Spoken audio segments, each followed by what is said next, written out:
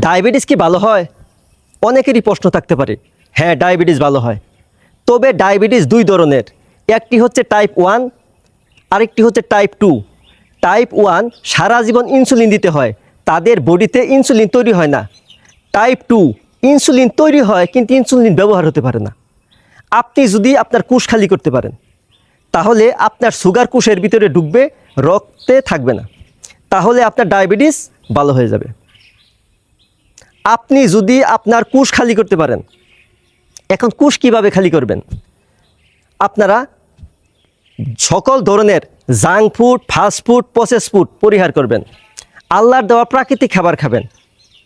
কয়েকদিনের জন্য ভাত, রুটি, ফল, দুধ বন্ধ করবেন। শ্বাসের ব্যায়াম করবেন, আর্লি ঘুমাবেন, প্রতিদিন এক্সারসাইজ করবেন, মানসিক প্রশান্তির চর্চা করবেন। এই কয়েকটি বিষয় মানলেই আপনার ডায়াবেটিস ভালো হয়ে যাবে ইনশাল্লাহ।